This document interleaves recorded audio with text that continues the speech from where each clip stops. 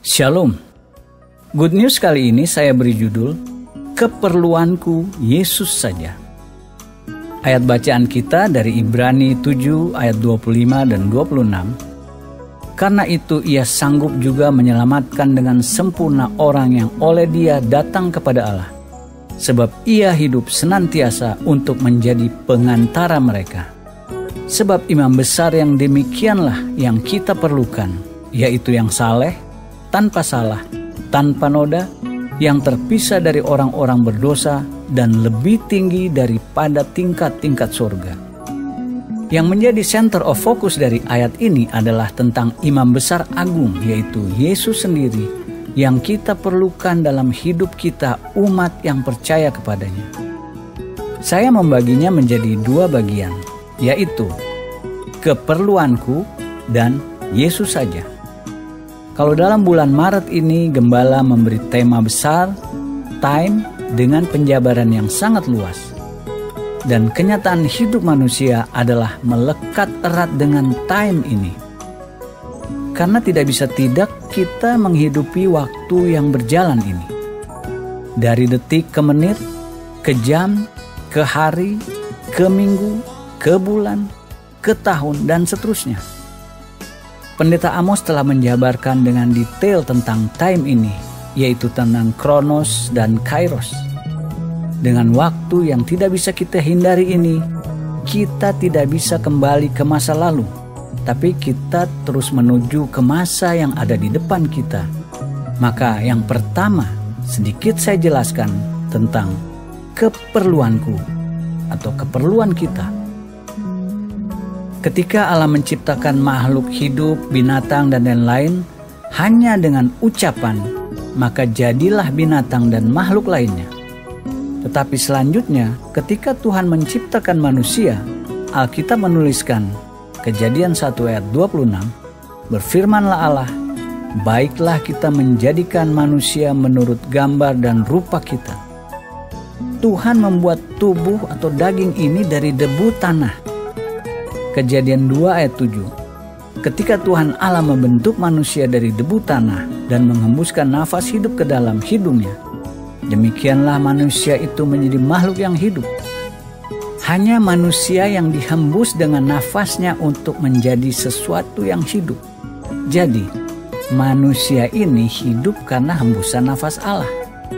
Maka bersyukurlah kita kalau sampai saat ini kita dapat hidup, kita dapat bernafas dengan lega. Meskipun sekarang kita harus pakai masker, tapi kita masih bisa bernafas dengan gratis dan ambil, buang seenaknya. Kita masih bisa menikmati segarnya udara pagi hari, segarnya hawa di pegunungan, segarnya hawa di tepi pantai, dan lain-lain. Kita perlu nafas kehidupan ini. Dan inilah yang telah Tuhan sediakan dan berikan kepada kita. Kita perlu tubuh yang sehat. Oleh sebab itu, jalankan pola hidup sehat, dan saat ini jalankan protokol kesehatan. Untuk menjalankan pola hidup sehat, kita perlu biaya. Untuk biaya-biaya hidup lainnya, kita perlu bekerja dan bernafkah. Dan ini menjadi sebuah lingkaran yang harus kita pertahankan agar tidak terputus, yaitu sehat. Dengan sehat kita bisa bekerja. Dengan bekerja kita bisa mendapatkan biaya hidup. Dengan memiliki biaya hidup, kita bisa melaksanakan pola hidup sehat. Inilah yang setiap hari kita jalankan dan kita perlukan. Tetapi lingkaran ini semua merupakan suatu lingkaran kronos, waktu manusia dan tidak kekal.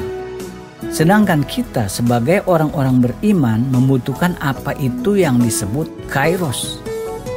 Kita perlukan hidup yang berkualitas. Kita perlu suatu momentum atau kesempatan dari Tuhan. Sesuatu yang bernilai kekal, dan itulah waktunya Tuhan. Dan untuk bisa memperoleh dan mengalami apa yang disebut kairos itu, apa yang kita perlukan? Jawabannya adalah hal yang kedua, yaitu Yesus saja. Hanya Yesus saja yang kita perlukan sebagai kekuatan kita. Hanya Yesus saja yang kita perlukan untuk bisa menjalani hidup yang berat ini. Di masa pandemi seperti ini, kita hanya memerlukan Yesus saja sebagai penolong kita. Mungkin banyak dari kita yang saat ini yang hidup dalam kecemasan, kekhawatiran, ketidakpastian, hidup dalam tekanan, bahkan mungkin keadaan yang sering gagal, hubungan keluarga yang mungkin semakin tawar, relasi yang berkurang, pendapatan yang berkurang, atau bahkan mungkin nihil. Disinilah perlunya kita kepada Yesus saja. Hanya Yesus yang bisa menjadi jawaban. Hanya Yesus yang dapat memberikan jalan keluar. Dengan Roh-Nya yang kudus, dapat memberi perlindungan dan pertolongan kepada kita dalam kesesakan, dalam ketidakpastian dan masalah kita. Hanya Yesus yang ya dan amin sanggup melakukannya bagi kita. Maka sesuai judul kali ini, keperluanku Yesus saja. Saya teringat kepada orang-orang tua dan senior-senior kita dahulu. Dalam kebutuhan dan pergumulan mereka datang berlutut dan berdoa dalam istilah yang sudah jarang kita dengar sekarang, yaitu bedstone. Doa bersama untuk mendoakan pergumulan gereja dan pergumulan pribadi, termasuk ketika gedung gereja ini akan dibangun, memerlukan dana yang besar. Jumlah jemaat saat itu kalau tidak salah hanya sekitar 200-an orang. Namun mereka dengan tekun berdoa dan bahkan dengan gemetar mereka menyanyikan doa itu. Dan saudara, doa-doa ini sungguh besar kuasanya dan telah menggetarkan sorga. Sehingga gedung GBI Ebenezer ini pun dapat berdiri dengan ajaib. Tuhan kirim orang yang tidak dikenal yang menunjang pembangunannya. Mau tahu saudara lagu doa yang orang-orang tua dan senior-senior kita nyanyikan dulu? Ini lagunya. Keperluanku, keperluanku, Yesus saja. Keperluanku,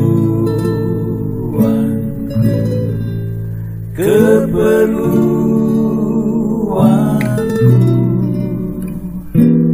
Yesus saja. Demikian saudara, nyatakanlah dalam doa kita, keperluanku Yesus saja. Amin.